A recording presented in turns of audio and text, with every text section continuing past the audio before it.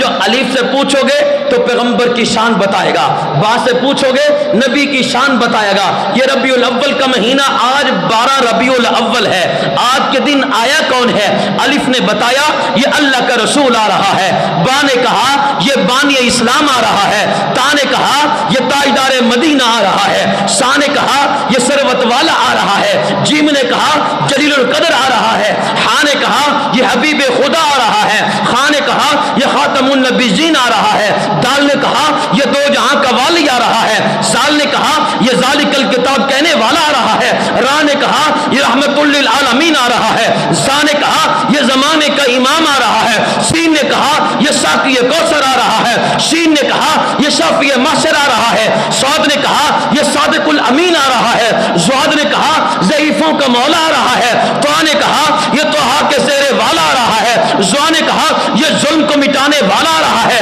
عین نے کہا یہ عرب کا تاجدار آ رہا ہے، غی نے کہا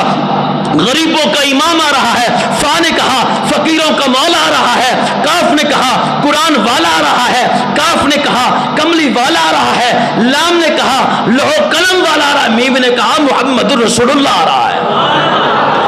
میم نے بتایا یہ محمد الرسول اللہ آ رہا ہے، نون نے کہا یہ نبیوں کا سردار آ رہا ہے، ہا نے کہا یہ ہاتھی برحق آ رہا ہے، یا نے کہا یتیموں کا امام آ رہا ہے۔ جب اتنی اعلیٰ شان میرے محبوب کی میرے سامنے آتی ہے، دل چھوم کے کہتا ہے کہ کاش وہ چہرہ میری آنکھ نے دیکھا ہوتا، کاش وہ چہرہ میری آنکھ نے دیکھا ہوتا، مجھ کو تقدیر نے اس دور میں لکھا ہوتا، باتیں سنتا کبھی پوچھتا مانے ان کے، آپ کے سامنے اصحاب میں بیٹھا ہوتا، اور جس وقت ہوتا بدر احد و خندق کا اعلان، میرے ہاتھوں میں کوئی خنجر یا کوئی آلہ ہوتا، جس وقت کھیلتے بچوں کو وہ لوری دیتے، میں بھی اس پیار بھرے جھولے میں جھولا ہوتا، اور جس وقت آقا کی دعا بن کے وہ آئے تھے عمر، دیکھتا کیسے ابو جہل تڑپتا ہوتا، گر کوئی کہتا کہ شفقت سنا نعت نبی، پھر تو حسان کی مجلس میں مشاعرہ ہوتا،